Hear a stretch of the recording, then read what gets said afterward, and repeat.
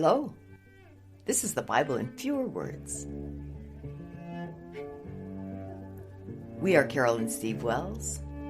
This is episode 129, 2 Samuel, chapters 21 and 22. If you enjoy this podcast and the Skeptic's Annotated Bible website, consider supporting us at patreon.com/BFW. Hi, Steve. Hi, Carol. Good morning to you. Yeah, good morning. I always ask you this. Are we almost done with 2 Samuel? Yes, we are. This is our second to the last episode. Yeah, we only have one more episode in 2 Samuel. Oh, because I'm ready to move on to another book. Really? Yeah. Oh. You know how sometimes you just feel like I've been in this book forever? Yeah, well, maybe it's mostly David. We're almost done with David, too. Okay, let's kill that guy off. Well, it won't happen in this episode. Darn it. Okay. I mean... That's how I feel about David, too. Okay, well, I guess we're ready. Yeah, so do we need to remind ourselves of what we had last time? It was weird stuff. Had Amasa being killed in Sheba, remember? Yes. Yeah. And the country being divided and reunited all in one episode. Right, yeah. So anyway, we're back. All right. To that. Okay, so chapter 21, verse 1. There was a famine in David's kingdom for 3 years.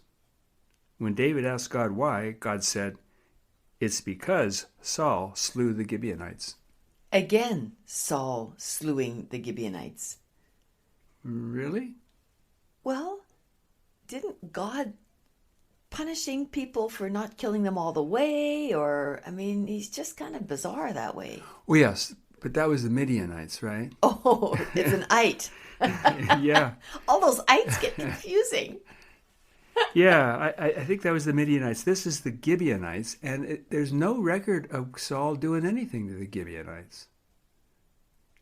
Really? Yeah, the closest comes when Saul killed all the people in Nob, all the people and the priests of Nob. Yes. And that was in the land of Benjamin, around Gibeon. But I don't think that's it, because the Gibeonites are not actually Israelites. And, of course, the people of Nob were. So there's no real record of in the Bible of this happening. But it upset God, I guess, because he sent a famine. And then God said directly, it's because Saul killed the Gibeonites. And how long ago did that happen? I don't know. Apparently it didn't. I mean, God has a long memory. Yes, and there's no record of it actually happening. Oh, you're right. It didn't happen. So who knows? God knows. All right. So David asked the Gibeonites, "What can I do for you to make atonement?" The Gibeonites said, "Give us 7 of Saul's sons, and we'll hang them up to the Lord." Wait a second. What does David mean by that? What can I do for you to make atonement? Like, I'm sorry I sent you a famine for 3 years? No. The famine is on everyone. Oh. Famine is on Israel, right? Okay. So there's a famine in all of David's kingdom. Mm-hmm. The reason there's a famine is because of something Saul did a long time ago to the Gibeonites, which isn't talked about in the Bible. But apparently God knows about that. And he's sending a famine on David's people because of that. So now that David knows, it's because of what Saul did to the Gibeonites, he talks to the Gibeonites, says, "What can I do I'd like to get this famine over with. Let's get rid of this famine. What can I do that would make you happy, that would make God happy, so that he would stop sending this famine?" That is just crazy. The whole thing is crazy and never existed. And the answer never to happened. Oh, of course, none of this happened. The answer to that is, let's kill some people. We're going to kill 7 of Saul's sons and hang them up before the Lord, and then the Lord, God, will stop the famine, starving people to death. Okay, and they have to be Saul's sons because Saul was the one who killed the Gibeonites. Supposedly, yeah. All right, I'm with you now. All right. So David gave 2 of Saul's sons and 5 of his grandsons to the Gibeonites. Yeah, Saul didn't have many sons left, remember? Most of them died with him in that battle. Yes. Jonathan and his other brothers. And then the only other one that we know about is Mephibosheth, but he's not really a son. He's a grandson of Saul. Uh-huh. With the feet, the thing with the feet. Yeah, so we don't know of any surviving sons of Saul. So we're not killing Mephibosheth? Well, we'll see about that. We'll talk about that a little later. This gets kind of confusing. I have a footnote that tries to explain some of this in here. All right. So, 2 of Saul's sons and 5 of his grandsons. To the Gibeonites. To the Gibeonites. So that they could hang them up and have them die. Okay. Well, let's go on, and then I'll try to explain it as we go. All right. And the Gibeonites hanged them on the hill before the Lord. Okay, I guess they are true to their word. Okay. Rizpah, the mother of Saul's 2 sons who were hanged, chased the flesh-eating birds and the beasts away from her sons' bodies as they hung before the Lord. Yeah, and apparently this was for a long time, for like several months she was doing this. When are they going to take those bodies down? They do it a few months later in the story. We're going to come to that. But what I wanted to get into here is a little bit about Rizpah. Remember, Rizpah is one of the concubines of Saul. Oh, yeah. And Abner had sex with her. Well, that's what he was accused of. And Okay. he probably did, because he was probably planning on taking over the kingdom. Oh, yes. And that's what you do when you take over a kingdom, is you have sex with the king's wives and concubines. And who was that again? That was Abner. Abner. And then Mephibosheth said, "Hey, why'd you do that?" Why'd you have sex with my dad's concubine? Uh-huh. And he said, because he was offended by him saying that, asking that question, he then defected to David. Oh, Abner. Yeah. Okay. And then Joab killed him. Oh, yeah. It was a happy ending for him. I'm sure. Yeah. But anyway, Rizpah was Saul's concubine, and she had 2 sons that the Bible says, I don't mention them here, but these 2 sons are said to be Armoni and Mephibosheth.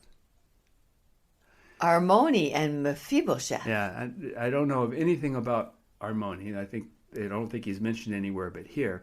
And Mephibosheth apparently is a different Mephibosheth, because Mephibosheth was Jonathan's son, Saul's grandson. But this is a supposed son of Rizpah, also named Mephibosheth. So what? It's a common name. yeah. Let's call him Meph. Yes. So 2 of the sons, one of them is named Mephibosheth, but it's a different one apparently than the other one. And then 5 of the grandsons. Well, the only grandson that we know about is Mephibosheth. Yes. And in the next verse, it says that David spared him. Remember, he said, I'm going to spare you because of Jonathan. Yeah, eat at my table. With Jonathan. Yeah. So it's other grandsons of Saul. And what they say about that, let me see if I can figure that out. The 5 grandsons. They were the sons of Michal. Michal. David's, Saul's, wife. Yeah, David's first wife and Saul's daughter. So they would be if she had 5 sons, they would be his Saul's grandsons. grandchildren. So that would satisfy this need to hang some bodies up for God. But the thing is, remember that Michal was supposedly didn't have any children. Yeah. Because she made fun of David when he was dancing naked. Yes. Yeah. So this doesn't make sense. It's really a contradiction. Because that was a punishment of hers. God said, I'm going to shut your womb. You won't have any children your whole life. But here she had 5 children, and they're going to hang them up here. But if she had 5 children, who was the father? Who was the father? Might have been David. It might have been If David. it was David, then David's given his own sons to be sacrificed to God. I don't know. The Bible doesn't say who these 5 sons are, except for that they are the sons of Michal. Yeah. That is very bizarre. But then she was the wife of another man for a little while, Phathiel, remember? Oh, yes. So they might be from him? Maybe. From earlier? Yeah, maybe. Okay, so remind me, who was dancing naked? David. Oh, that's right. Well, not completely naked. He had his little ephod down. Kind of a mini ephod, yeah. All right, so So anyway, where are we? Verse 10? we are at verse 13, I think. Oh, yeah. Okay. Okay, so David gathered and buried the bones of Saul and Jonathan. So I guess he must have collected the bones of Saul and Jonathan, found them somehow, went to the battlefield there and found them. Yeah. And then he had the bones of Saul's sons and grandsons that were hung up before the Lord. He got them all together and he buried them. After that, God stopped starving people with the famine. Well, I'm glad he got the right, combination of sons and grandsons. And it's an amazing thing. Isn't that a crazy story? that is a crazy story. Okay, well, let's go on. All right, verse 15. Israel and the Philistines had another war. Oh, surprise, surprise. Yeah. David went along, but he was just too tired to fight. Yeah. Meanwhile, oh boy, Ishbibbenov, who was the son of a giant, had a spear that weighed 300 shekels and planned to kill David with his new sword. But Abishai killed him. Ishbibbenov. Yeah. Then there was another battle with the Philistines at Gob. But Sibbecai, the Hushathite, slew Saph. This is really a Dr. Seuss line here. Who was also a son of a giant. Yeah, a lot of giants here. And then there was another battle with the Philistines at Gob. In this battle, Ethanan killed the brother of Goliath. Really? Well, you notice how I have here the brother of Goliath in brackets? Yes. That's because in the King James Version, those words are in brackets. That means as those words are missing, they're supplied by the translators. The thing here is that the words, the brother of, are not in the text. So what it says, that Ethanan killed Goliath. Yeah. And so there's a contradiction here, obvious contradiction. Because we know who killed Goliath. Yeah, the most famous story about David is him killing Goliath. So what they had to do was they had to add, the brother of, in order to get rid of that contradiction. Yes. Clever. Yeah. There was another battle in Gath where a man of great stature was killed. He had 6 fingers on each hand and 6 toes on each foot, and was also a son of a giant. Yeah. Just kind of interesting stuff. Yeah. All 4 of these sons of the giant were killed by David and or his men. So David still kind of likes slewing. Yeah, especially giants. They're all killing giants. Yeah, it's great.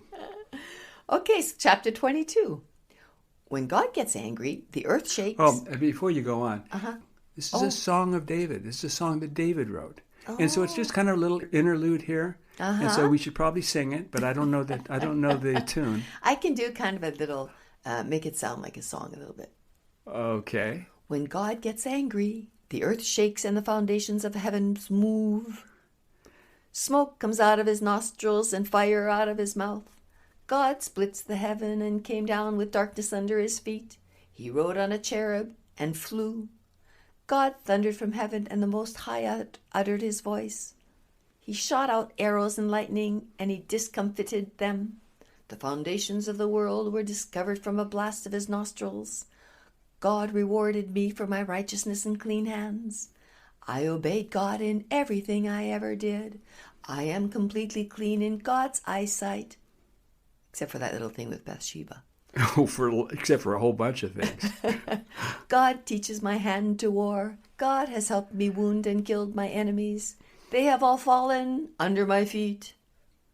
How's that? Okay, yeah, that's good. It's kind of my version of Gregorian chant. Yeah, you did have a little bit of that sound to it. Yeah. Okay, well, on that little note of our little song, I think this is the end of this episode. It is, and we have one more to go in 2 Samuel, and that'd be next time. All right. Thanks, listeners, for doing your job and listening. Bye. Bye-bye.